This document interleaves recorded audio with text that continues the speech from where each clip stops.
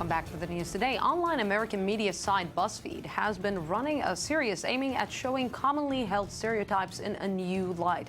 They include I am fat but I'm not, I am Christian but I'm not, and I'm trans but I'm not. One of their latest is on Islam, with a series of Americans explaining what it means and doesn't mean for them to be a Muslim. Here's a clip. I am Muslim, but I'm not angry. I'm Muslim, but I'm not forced to wear a headscarf. I'm Muslim, but I don't wear the hijab. I'm Muslim, but I'm not dangerous unless we're on the dance floor. I'm Muslim, but I don't care if you're Shia or Sunni or Sufi. Embrace them all. I'm Muslim, but I'm not a terrorist. But I'm not a terrorist. But I'm not a terrorist. But I'm not stopped at airports because my name is Tom and I'm white. I'm Muslim, but I'm not Arab. I am Muslim, but I love Jews. I'm Muslim, but I'm not an immigrant. I'm Muslim, but I'm not homophobic. But I'm not. And with me right now, here is correspondent Ayman Siksa. Good evening. Good evening, Lucy. You're Muslim and you are... But I'm not being heard, Lucy, I think. And I think that's also what they're trying to say in this beautiful video by BuzzFeed. It's really, I think, about reclaiming the narrative of Islam, because we hear so much about Islam everywhere. And most of the really bad propaganda comes from so-called Muslims, as we know. You know, I tweeted today this video writing, I'm Muslim and I'm a human being. And some people said that they are seeing this video as the Muslims coming and actually trying to protect their image or defending themselves, and this is not maybe the way to portray Islam all around the world. But, you know, watching this, and we're always talking about this, maybe it's about time that our voice will be heard, the voice of not extremism, not Islam that everybody's scared about, terrorized about, moderate Islam. It's about time that it will be heard. That's right. And I think the use of social media is really proper in this way, because as we know, the IS has been using it very successfully, and this is reclaiming that tool to do good for Islam. Now, the other point is, of course, that what we usually hear from Muslims all around the world after a terrorist attack, after something terrible happens and a Muslim organization takes responsibility, we hear apologies. We hear we're sorry, this is not our way. These are people who are not apologizing. They're saying, I'm a Muslim, I'm a human being just like you, I have nothing to apologize for. This is who I am, and you should accept me, that I have more facets to my personality than my religion. I was thinking to myself today, did it come maybe a little bit too little, too late? Well, I really hope not. I really hope not. I mean, we're talking about 2 billion people around the world. We can turn the narrative around. It is possible. We need more voices like this. I want to believe that it's never too late.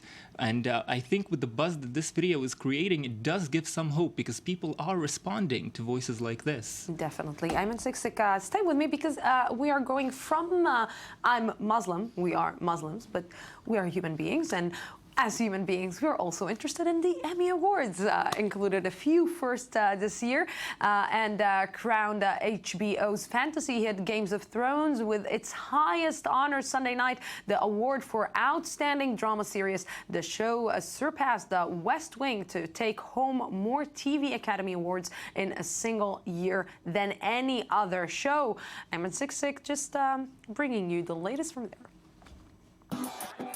Hollywood's finest walked the red carpet Sunday night for American television's biggest night of the year, the 67th Annual Emmy Awards. It was a real-life glamour extravaganza, but the real winner of the evening was fantasy.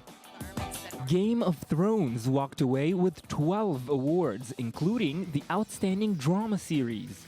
This wasn't the only first for the evening.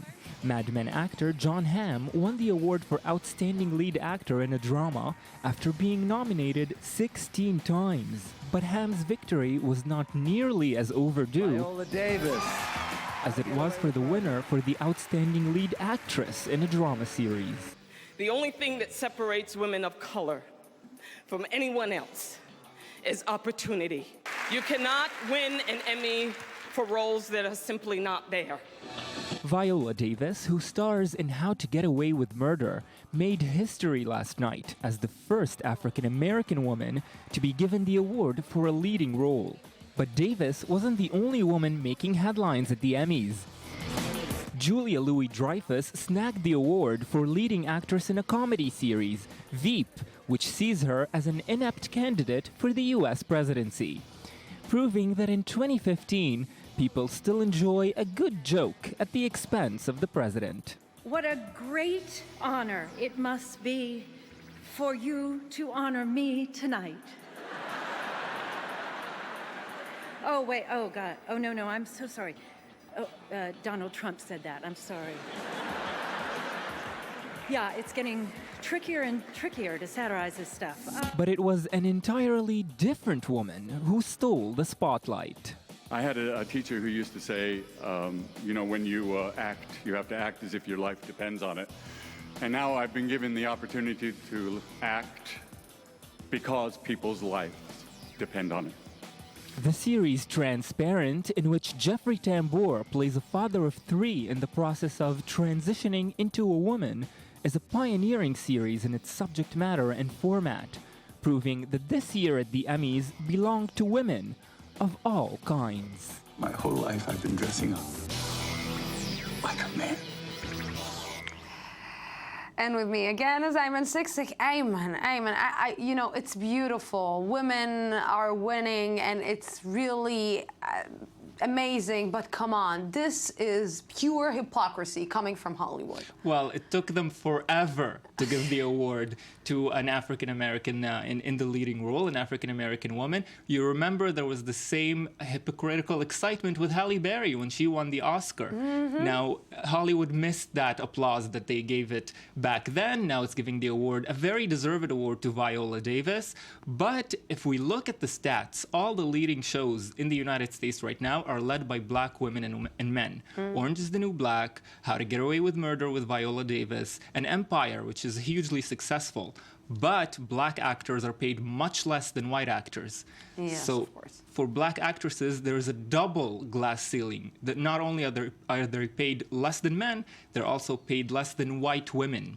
You know, I'm always asking myself when Hollywood would stop being so trying to be so liberal and open when it's totally not, and they don't realize that they do have effect on the society, whether they like it or not. Well, I think Viola Davis, in her acceptance speech, which was very moving and very well written, she touched on that a little bit. Who she thanked in that acceptance speech was the black writers, the other black actresses who have made it and who have made the way possible for her. She didn't really thank Hollywood. It was a very subtle jab at Hollywood in her acceptance speech, and it was beautiful and moving. Let's see who wins next, because no other African-American actress won after Halle Berry. It was a one-time thing. One word, are you a fan of Game of Thrones also? Well, I am a fan of Game of Thrones. The previous seasons, now it's getting too bloody and gory for me, I have to say. No, it was actually less bloody the last one. Oh, really waiting for that. You're not waiting for that?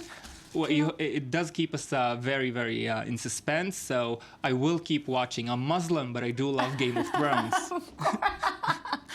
I'm Muslim, and I love Game of Thrones. I'm a Siksik. Thank you very, very much for that.